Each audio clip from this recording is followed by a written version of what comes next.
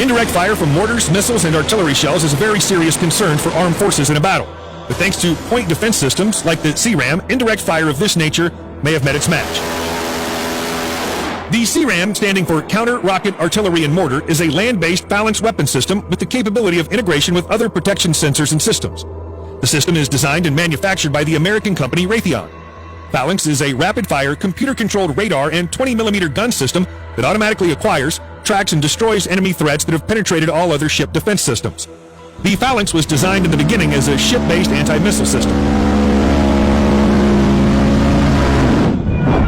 The Centurion weapon system mission represents a revolutionary approach to countering insurgent activities by intercepting rockets, artillery, and mortar rounds in the air before impact, thereby reducing or eliminating any damage they might cause.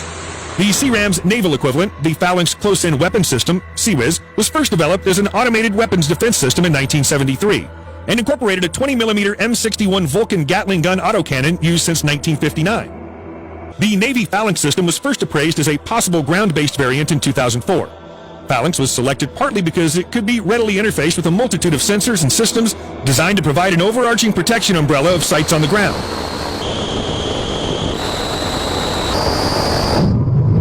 In its land-based configuration, the Land-Based Balanced Weapon System, LPWS system, is mounted on a wheeled platform in order to provide enhanced stability on site and mobility for repositioning and deployment.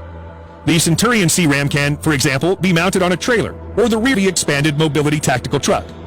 The first battle-ready CRAM system was deployed to Iraq in 2010 in order to protect the Green Zone, an area in Baghdad used as an American embassy. Trials of this system showed that it was capable of knocking out 70 to 80% of rockets and mortar shells fired within its area of control. The CRAM system has successfully intercepted hundreds of rockets and mortar shells fired at the Green Zone, thereby proving the system's capability as a defensive system.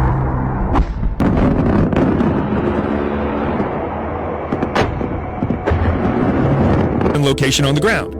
The weapon's primary armament is the 20mm Vulcan Gatling gun. It consists of 6 optimized barrels augmented with forward-looking infrared sensors. The barrels are secured together at the muzzle, mid-barrel, and breech to provide enhanced accuracy and enable fire to constrain shot dispersion patterns.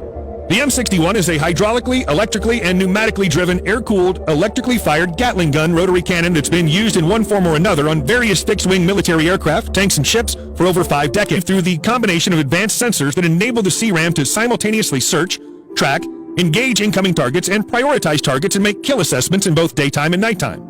CRAM's Ku-band radar system enables the weapon system to detect potential threats early in their flight and then pass on their trajectory and vector data to the system's tracking algorithms only when it judges them to be a real and present danger. Target tracking and engagement is further enhanced by a sophisticated thermal imaging system to help improve targeting.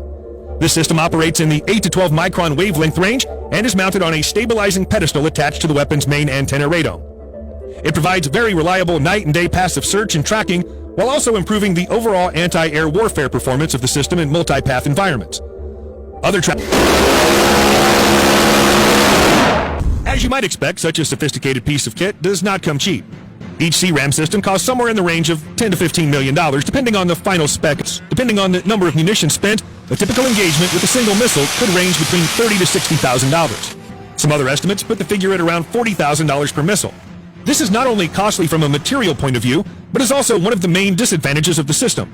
By spending so much on ammo on a single threat, a limited ammunition supply will theoretically limit the number of threats that the unit can engage at a given time. By some estimates, this might mean that the Centurion CRAM might have a maximum anti-ram cap of about 5 incoming rounds before needing to be reloaded. The system has some other perceived weaknesses too. For example, it takes about 5 seconds to acquire, lock onto, and engage a threat. It also has a fairly short effective range of between 100 and 1,000 meters. These weaknesses aside, it's shown itself to be one...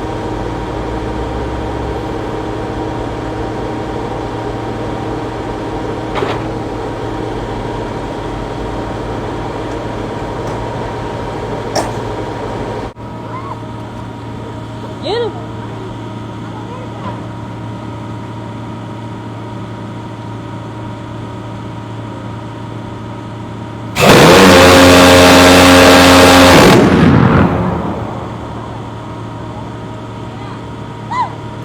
Here we go.